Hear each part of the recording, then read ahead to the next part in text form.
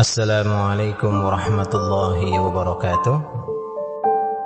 Dari sahabat yang mulia Umar radhiyallahu ta'ala anhu, anin nabiyyi, dari nabi kita Nabi Muhammad sallallahu alaihi wasallam. Di antara bentuk perkara yang tidak bermanfaat itu ya cawe-cawe urusane wong liya, ya, ikut-ikutan urusan orang lain, ya. Kayak orang telepon misalnya, kita lagi berkendaraan bareng, tiba-tiba telepon masuk pada teman kita, terus dia ngobrol, terus kita tanya, telepon dari siapa? Apa manfaatnya? Telepon dari siapa gitu? Apa manfaatnya? Mungkin dia kalau mau menyebutkan juga apa? Nggak enak. Kok suaranya wanita? Loh, meneng. Kayak bukan suaranya istri antum. Loh, maning. Ya kan? Ternyata adalah apa? Istri yang satunya. Atau neneknya. Dan jadi nggak enak.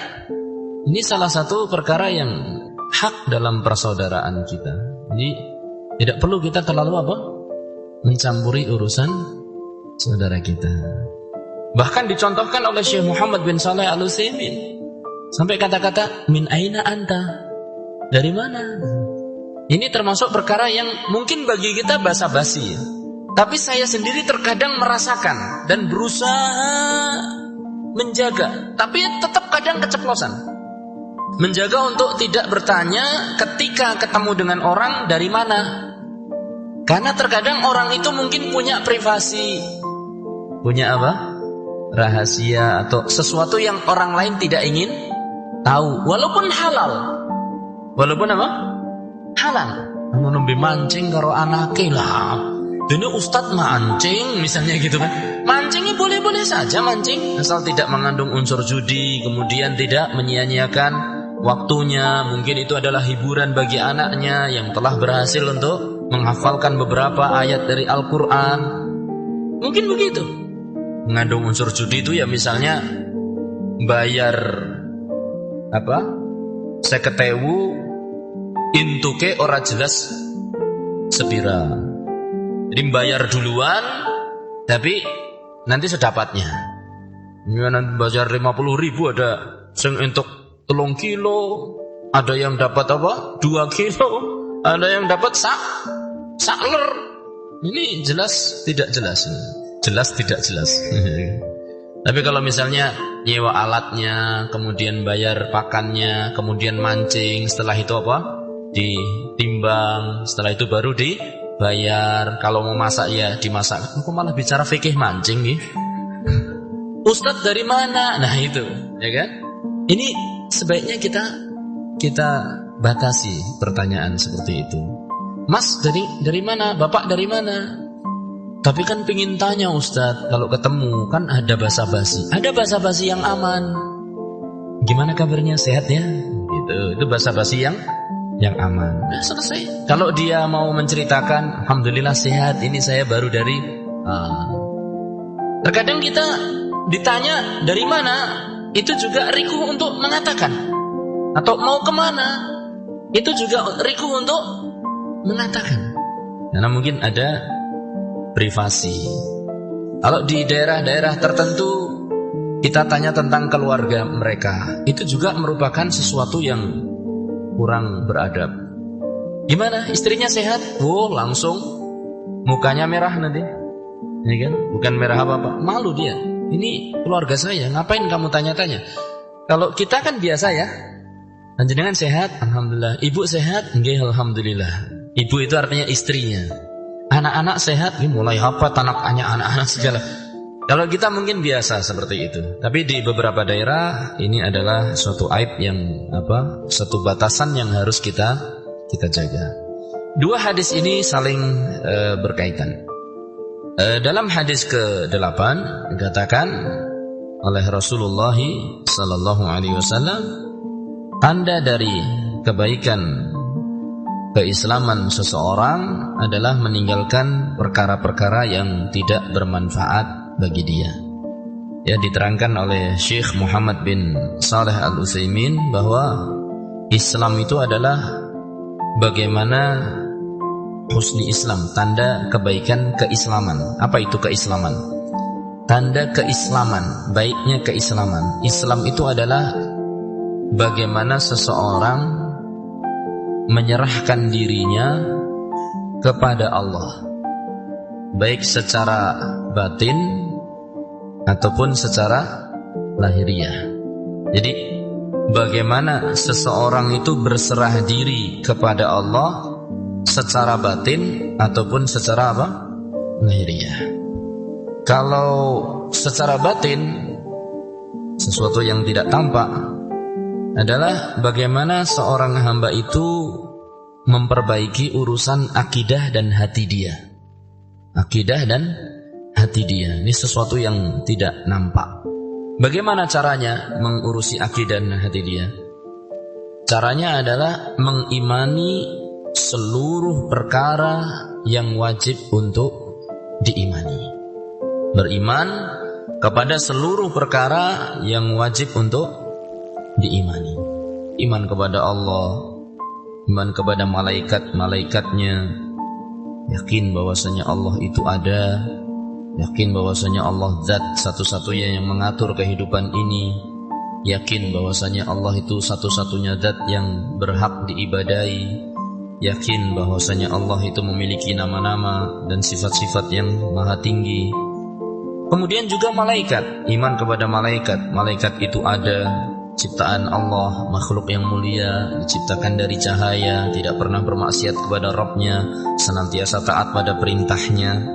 Malaikat masing-masing membawa tugasnya. Ada yang bertugas menurunkan wahyu, ada yang bertugas menurunkan hujan, ada yang bertugas menjaga manusia, ada yang bertugas mencatat amalan manusia, ada yang bertugas untuk mencabut nyawa, ada yang bertugas meniup trompet, yakni sangkakala, dan seterusnya. Yakin. Semakin tingkatan orang itu yakin kepada perkara-perkara ini, maka keislamannya akan semakin naik. Jadi tidak bisa disepelekan. Nah, caranya bagaimana menaikkan keimanan seperti ini? Belajar.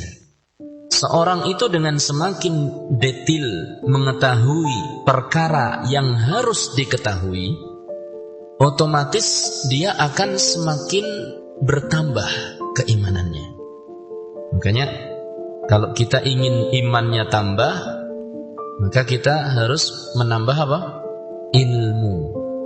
Nggak mungkin beriman kalau tidak berilmu. Secara bahasa lah ya, iman itu kan percaya. Kita nggak mungkin percaya pada sesuatu kalau tidak tahu. Jadi dengan kalau di Jawa namanya kan ada namanya gendon. Gendon itu panggonannya tentang wit napa? Kelapa, napa turi. Enak nama badan. Enak. Ternyata bisa dimakan. Masa sih loh? Ya kan? Kalau di daerah luar Jawa ada namanya gendon sawit. Sama. Itu juga dicari, kemudian dimakan. Kita kalau nggak tahu, ya nggak percaya. Walang kok dipangan, lu ngerti, ya kan? Begitu ketemu, ngelihat, ngincipi, ngandel. Ini dalam kehidupan kita lah. Kita percaya sesuatu kalau sudah tahu, walaupun mungkin belum melihat. Tapi kalau sudah tahu, kita percaya. Kita percaya di sana ada yang namanya Australia, walaupun kita belum pernah melihatnya. Kita tahu di sana mungkin ada Saudi Arabia, walaupun mungkin sebagian kita belum pernah ke sana, tapi tahu. Untuk percaya harus tahu. Biar semakin percaya harus semakin tahu. Ini namanya tingkat keimanan. Harus dilandasi dengan ilmu. Islam seseorang secara batin itu adalah urusan keyakinan dia. Urusan keyakinan dia. Kemudian secara lahiriah adalah dengan memperbaiki amalan. Amalan itu bisa berupa apa? Ucapan, bisa berupa perbuatan. Nah, orang yang Islamnya baik adalah orang yang meninggalkan sesuatu yang tidak bermanfaat bagi dia. Meninggalkan keyakinan-keyakinan yang tidak ada manfaatnya. meninggalkan perkataan-perkataan yang tidak ada manfaatnya, meninggalkan perbuatan-perbuatan yang tidak ada manfaatnya. Ini namanya tanda dari baiknya keislaman seseorang, ya. Dan ini manusia berbeda-beda dalam hal ini. Maka ketika seseorang itu dia meninggalkan sesuatu yang tidak bermanfaat bagi keimanan dia, baik itu perkataan atau keyakinan, perkataan, perbuatan, dia nanti akan menyibukkan diri dengan sesuatu yang bermanfaat. Jadi ketika seseorang itu menghindari sesuatu yang tidak bermanfaat, berarti bisa difahami dia nanti akan menyibukkan dengan sesuatu yang bermanfaat. Makanya orang itu baik, karena dia meninggalkan sesuatu yang tidak bermanfaat dan menggunakan waktunya untuk sesuatu yang bermanfaat. Begitu. Dia akhirnya melaksanakan hal-hal yang hanya bermanfaat bagi dia. Tidak ngurusi urusan orang lain, ngurusi urusan diri. Ini keyakinan ini manfaat nggak buat saya? Kalau manfaat kerjakan atau yakini. Perkataan ini bermanfaat nggak buat saya? Kalau bermanfaat ucapkan, kalau tidak tinggalkan. Perbuatan ini bermanfaat atau tidak? Kalau tidak tinggalkan, kalau bermanfaat kerjakan. Itulah seorang yang baik keislamannya, sehingga dia tidak sibuk ngurusi orang lain, tidak sibuk ngurusi urusan orang lain, tidak sibuk mentengi orang lain. Mentengi itu apa? Mengamati orang lain. Dia sibuk dengan dirinya. Itulah tanda baiknya keislaman seseorang. Seperti firman Allah Ta'ala, Qu anfusakum, jaga diri kalian, wa ahlikum, dan keluarga kalian. Urusi diri, urusi keluarga. Adapun diri orang lain, keluarga orang lain, tidak.